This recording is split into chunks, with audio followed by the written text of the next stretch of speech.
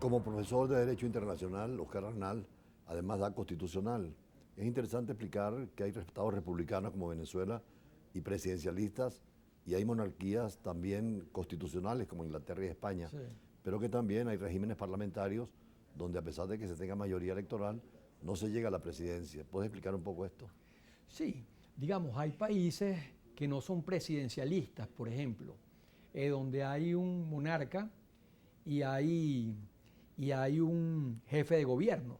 El jefe de gobierno lleva las riendas del poder de la administración pública, mientras que el monarca no es jefe de gobierno, sino es jefe de Estado y es el símbolo de la unidad nacional y por lo general tiene eh, bajo su responsabilidad el tema de las relaciones internacionales, Es de el los, caso de Inglaterra y de España sí, también. los protocolos internacionales. O sea, cuando un embajador se juramenta en España, va al palacio y lo hace frente al rey.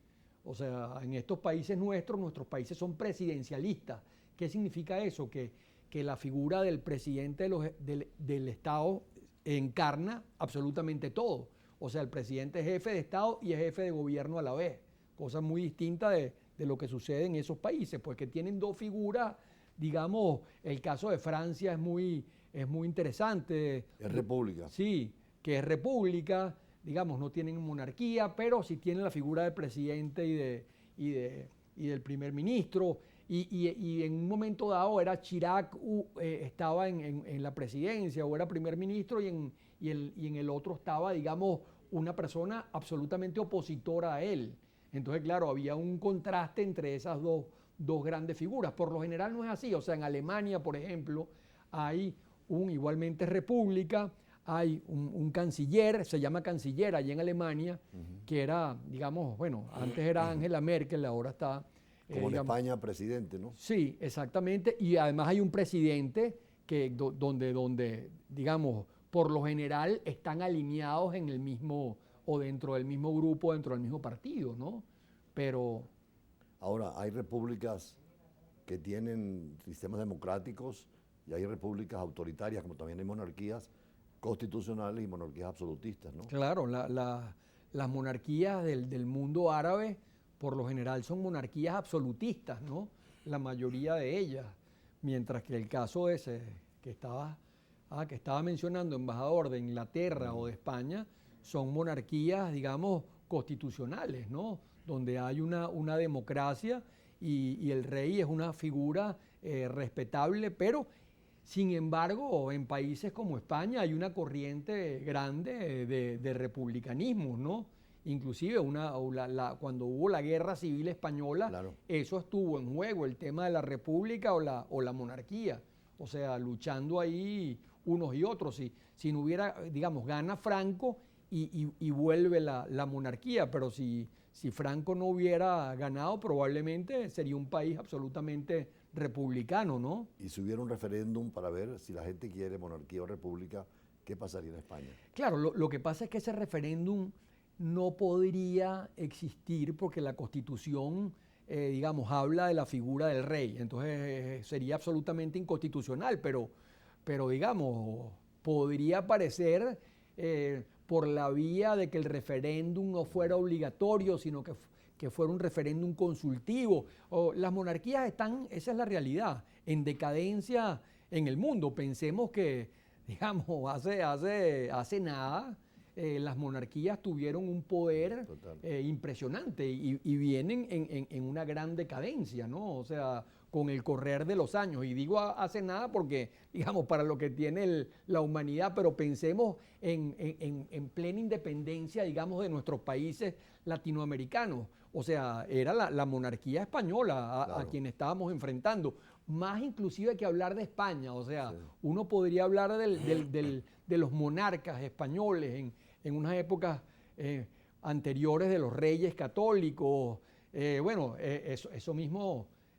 No, y que la Primera Guerra Mundial terminó con esas monarquías que quedaban, como la rusa, Claro, donde vino la Revolución de Octubre, como claro. también de Prusia, e incluso las monarquías, el Imperio Otomano, que era una monarquía también. Sí, sí, Entonces, sí. hoy en día la república es la fórmula política más adaptada, pero ¿cómo está la democracia en esas repúblicas?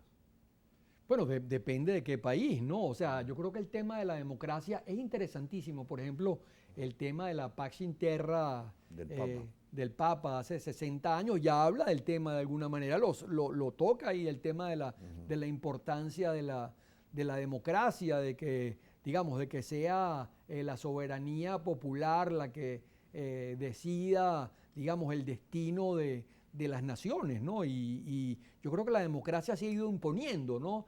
Claro, uno habla de los tiempos griegos, Sí, claro. y uno, los griegos, en ese tiempo la palabra democracia y luego no tenía la misma reputación o la buena reputación que tiene hoy.